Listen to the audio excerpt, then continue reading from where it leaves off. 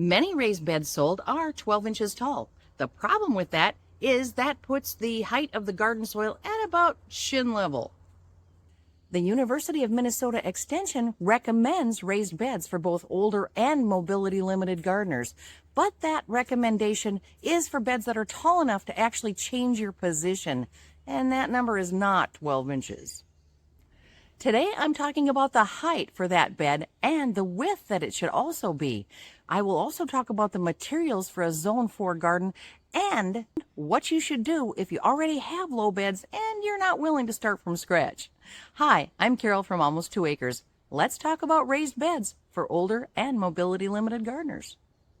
The reason raised beds help older gardeners isn't soil quality or drainage. Those are real benefits, but they're not the back-saving mechanism.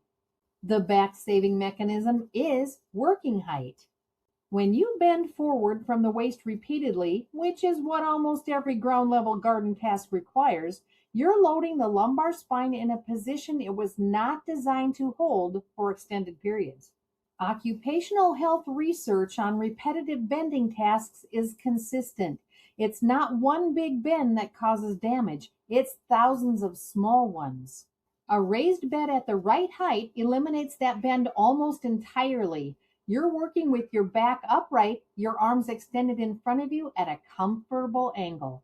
It's the difference between slouching over a low desk for an hour and sitting at a desk at the right height. The question is, what's the right height? There are 3 meaningful height tiers for raised beds. Each one solves a different level of mobility need. Tier 1, 12 to 17 inches. This is the most common raised bed height in the market. It improves drainage, warms up faster in spring, both real benefits for Zone 4, and reduces some kneeling because the soil surface is closer to your hands when you crouch. But here's the deal.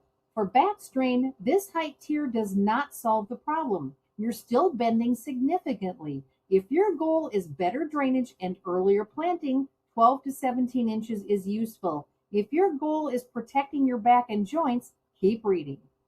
Tier 2, 18 to 24 inches. This is ideal for most standing gardeners and the height of the Anlia Life garden bed I purchased, which has greatly helped as I tucked 100 plants into this raised bed. At 18 to 24 inches, I can work with a slight forward lean at most, not a full waist bend. My lower back stays in a much safer position. For most people, somewhere in this range is where the posture actually changes.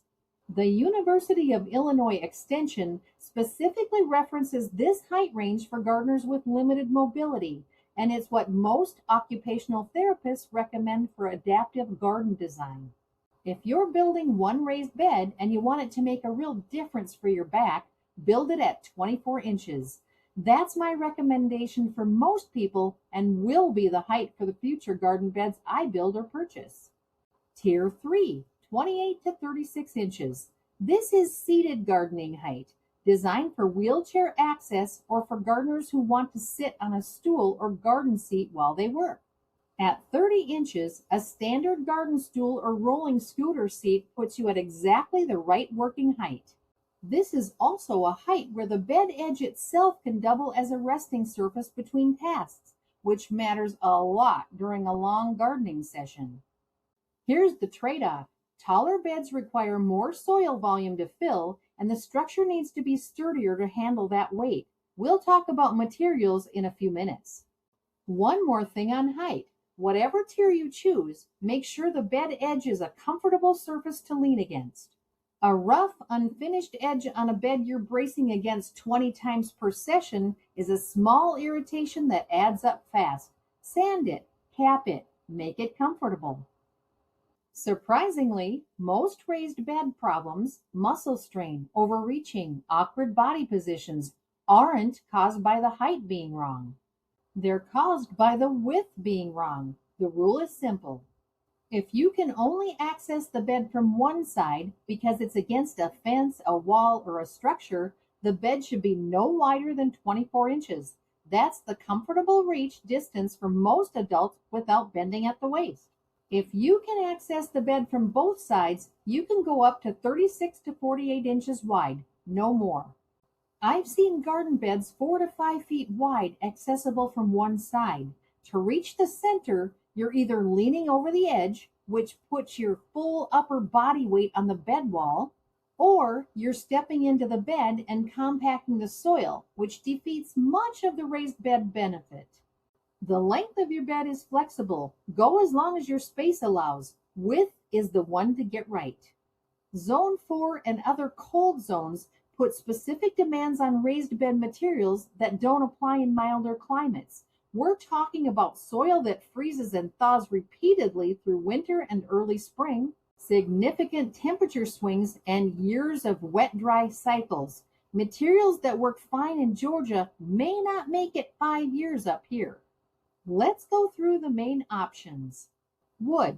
Cedar is the traditional recommendation, and it's still a good one. It's naturally rot resistant, no need for pressure treatment, and it stays workable in cold temperatures without warping dramatically.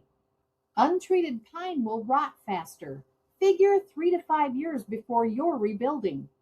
Avoid pressure-treated lumber for food gardens. The older formulations used arsenic-based preservatives, and while the current standard ACQ is considered safer, I'd rather not have it in the soil growing my food.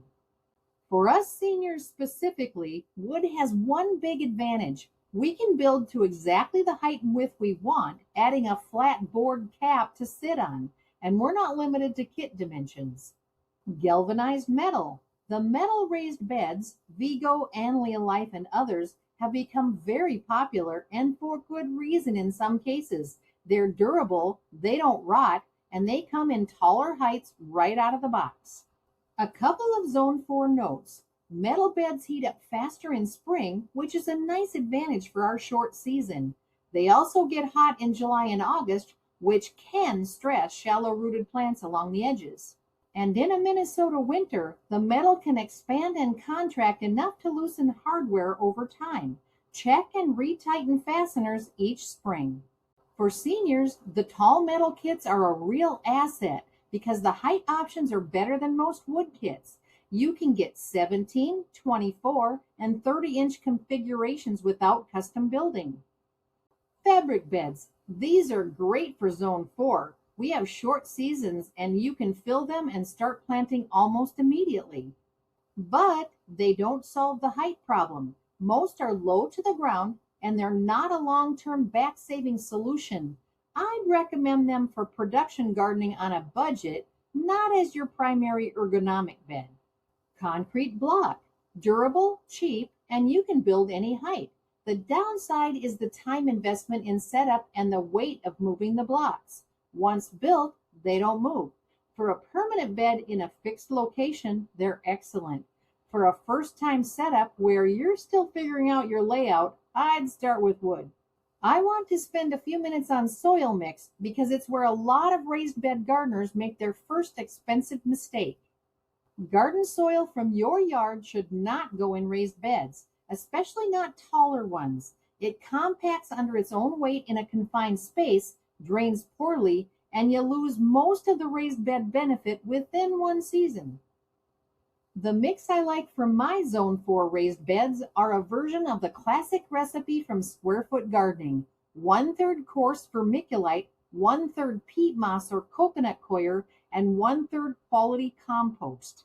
If you're sourcing locally, a good bagged raised bed mix from a reputable supplier is a reasonable starting point. Just check that it contains actual compost and not just peat and filler. A tip for us seniors specifically, fill your raised beds in layers and let gravity do the tamping. Don't try to move fully filled beds. Build them in place, fill them in place, and add amendments on top each spring rather than digging them in very far. Top dressing with compost is gentler on your back than turning the whole bed, and it works just as well over time. This is the question I know some of you are sitting with. You've got ground level beds. Maybe you've had them for years. You don't want to tear everything out. You don't have to. A few options. 1. Add one tall bed this season for your most used crops. The beds you visit every day, tomatoes, herbs, salad greens, are the ones where height matters most. Start there. 2. Install a raised border around an existing bed. You can frame an existing in-ground bed with a 12 to 18-inch wooden or block border and backfill to the new height. You're building up around what's already there. 3. Use your existing beds differently. If deep bending is the problem, assign your low bed to crops you harvest once or twice a season rather than daily. Winter squash, garlic, potatoes, things that don't require constant attention. The goal isn't a perfect garden redesign. It's reducing the number of bending moments per week. Even cutting that in half makes a real difference over a season. Here are 2 tools I'll pair with any raised bed setup. The Garden Guru Trowel. This is my most recommended hand tool across this whole series. The handle angle means your wrist stays neutral when you're planting and transplanting, which is what you're doing constantly in raised beds. It's linked in the description. And the A. Merla Garden Kneeler seat with handles. Even with tall beds, many tests bring us to ground level. My back gets really sore, and the handles make getting back up safe. This is also linked in the description. My next video is all about watering, specifically how to water your garden without carrying any of it. I'll talk about lightweight hoses, soaker hoses, drip irrigation basics, and the free thing you can do right now that will cut your watering in half. Don't miss my entire Gardening for Seniors series. Next up, video 4. Until next time, let's start thinking how to work smarter as seniors. I'll be gardening in Zone 4.